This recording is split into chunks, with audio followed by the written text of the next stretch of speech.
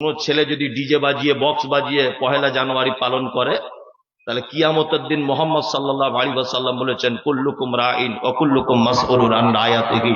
প্রত্যেক গ্রামের দায়িত্বশীল, প্রত্যেক গ্রামের মুখিয়া, প্রত্যেক গ্রামের প্রধান, প্রত্যেক গ্রামের পঞ্চায়েত, প্রত্যেক গ্রামের দায়িত্বশীল, প্রত্যেক পরিবারের দায়িত্বশীলকে আমি আল্লাহ সুবহানাহু ওয়া তাআলা কিয়ামতের দিন পাকড়াও করব।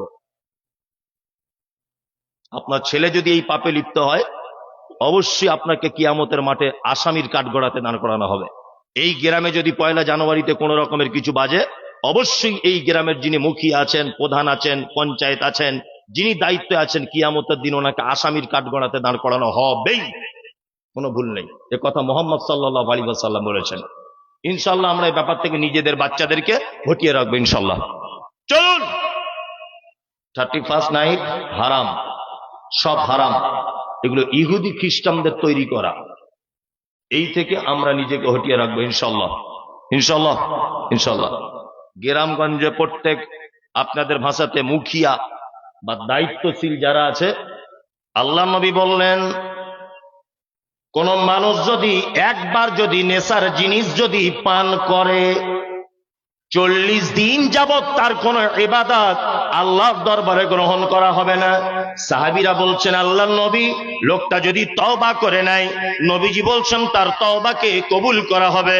আল্লাহর নবীকে আবার বলা হচ্ছে, ও দয়ার নবী, লোকটা যদি দ্বিতীয়বার তওবা করে, আল্লাহর নবী বলছেন দ্বিতীয়বার তওবা কবুল করা হবে।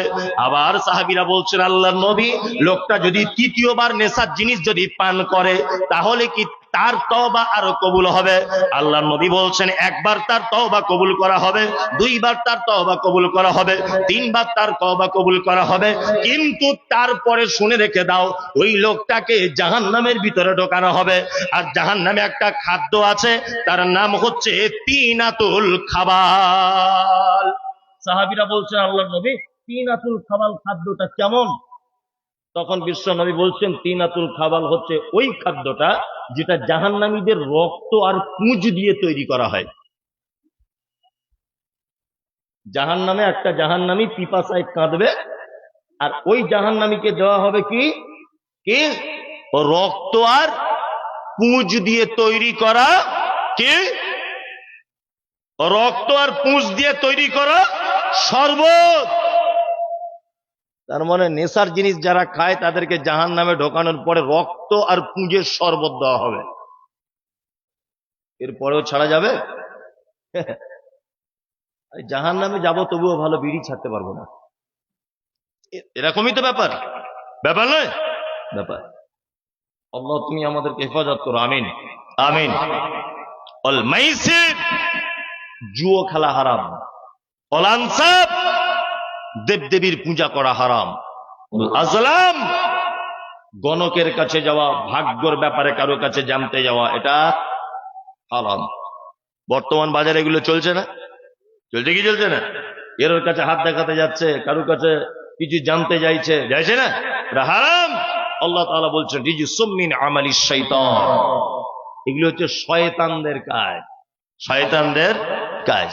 নেশাদার দ্রব্য, জুয়ো খেলা, আপনার দেবদেবীর পূজা, মাজার পূজা, আবার আপনার বলুন ওই কি বলে ভাগ্যর ব্যাপারে কারো কাছে জানতে যাওয়া, এগুলো কি হারাম? শুধু হারাম না, আল্লাহ তাআলা বলছেন রিজসুম মিন আমালিশ শাইতান, এই আমলগুলো হচ্ছে শয়তানদের কাজ। তাহলে আমরা শয়তানদের দলে যাব না ইনশাআল্লাহ। তাহলে আল্লাহকে ভালোবাসতে গেলে আল্লাহর কথা কি করতে হবে? মান্যতা দিতে হবে। চলুন, এবার আপনাকে বলবো, মুহাম্মদ সাল্লাল্লাহু আলাইহি ওয়াসাল্লামকে ভালোবাসতে গেলে পৃথিবীর সমস্ত ভালোবাসার থেকে বেশি ভালোবাসা লাগবে কাকে? মুহাম্মদ সাল্লাল্লাহু আলাইহি ওয়াসাল্লামকে। আল্লাহ তাআলা পবিত্র আল কোরআনের ভিতরে বলছেন, এক, কুল ইন কানা আবাউকুম ওয়া আবনাউকুম ওয়া ইখওয়ানুকুম ওয়া আজওয়াজুকুম ওয়া আশীরাতুকুম। আল্লাহ তাআলা বলছেন, এক, পৃথিবীতে যদি কেউ নবীকে আর আল্লাহকে যদি ভালোবাসতে চায়, তাহলে পৃথিবীর সব থেকে ভালোবাসার জিনিস তার নাম হচ্ছে আবাউকুম, তোমার আব্বা মা। পৃথিবীর সব থেকে ভালোবাসার জিনিসকে আব্বার মা। আল্লাহ পৃথিবীর ভালোবাসার জিনিসের একটা সিরিয়াল তৈরি করেছেন। এক, আবা হুকুম, তোমার আব্বা মা। পৃথিবীর সন্তান সব থেকে বেশি ভালোবাসে কাকে? আব্বার মাকে। আব্বা মা কত ভালোবাসার জিনিস আপনি অবাক হয়ে যাবেন। এক, দেখবেন আপনি যদি কখনো অসুস্থ হয়ে যান, আপনি 10 বছর বিছানায় পড়ে আছেন, আপনার মা কোনোদিন এই কথা বলবে না যে আল্লাহ তুমি আমার বেটাকে তুলে নাও, বলবে? বলতে পারবে না। শুধু আপনার মা এই কথাই বলবে, আল্লাহ আমার বেটাকে তুমি ভালো করে দাও, বলবে? বলবে। আপনি 4 বছর বিছানায় পড়ে আছেন, ডাক্তার বলেছে বাঁচার চান্স নেই, আপনি লক্ষ্য করে দেখবেন আপনার বউ রাতের অন্ধকারে অন্য জায়গাতে কট লাইন করে দিয়েছে। কট লাইন করে তাকে বলছে দাঁড়াও আর কটা দিন, ও তো আর চলে যাবে, বাঁচবে না, তারপরেই তোমাকে নিয়ে চলে যাবো আমি। বলছে কি বলছে না? পৃথিবীতে একটা মাত্র শব্দ আছে যে শব্দটা আরাম পাওয়া যায়, তৃপ্তি পাওয়া যায়। আপনি মিষ্টি দই খাচ্ছেন, খুব স্বাদ দইটা, খেতে খেতে কি বলেন? আহ বলেন না? কমলা লেবু খাচ্ছেন, খুব মিষ্টি, খুব টেস্ট, কি বলেন? আহ কি মিষ্টি, আহ। এটা মানুষ আরাম, তৃপ্তি, শান্তি পেলে বলে। মা শব্দটা কি? মা মানে মা শব্দের ভিতরে একটা তৃপ্তি, আরাম, একটা অন্য রকমের আনন্দ আছে। আছে না নেই? আছে। আল্লাহ সুবহানাহু ওয়া তাআলা সারা পৃথিবীতে যা কিছু ভালোবাসার জিনিস আছে প্রথম সিরিয়াল এনেছেন কাকে? আব্বার মাকে। কোরআন মাজিদে আল্লাহ সুবহানাহু ওয়া তাআলা পিতামাতার ব্যাপারে যে শব্দ ব্যবহার করেছেন, ইমার্জেন্সি শব্দ, এইরকম কোন শব্দ অন্য কোন ব্যক্তির জন্য ব্যবহার করেনি। আল্লাহ কি বলছেন?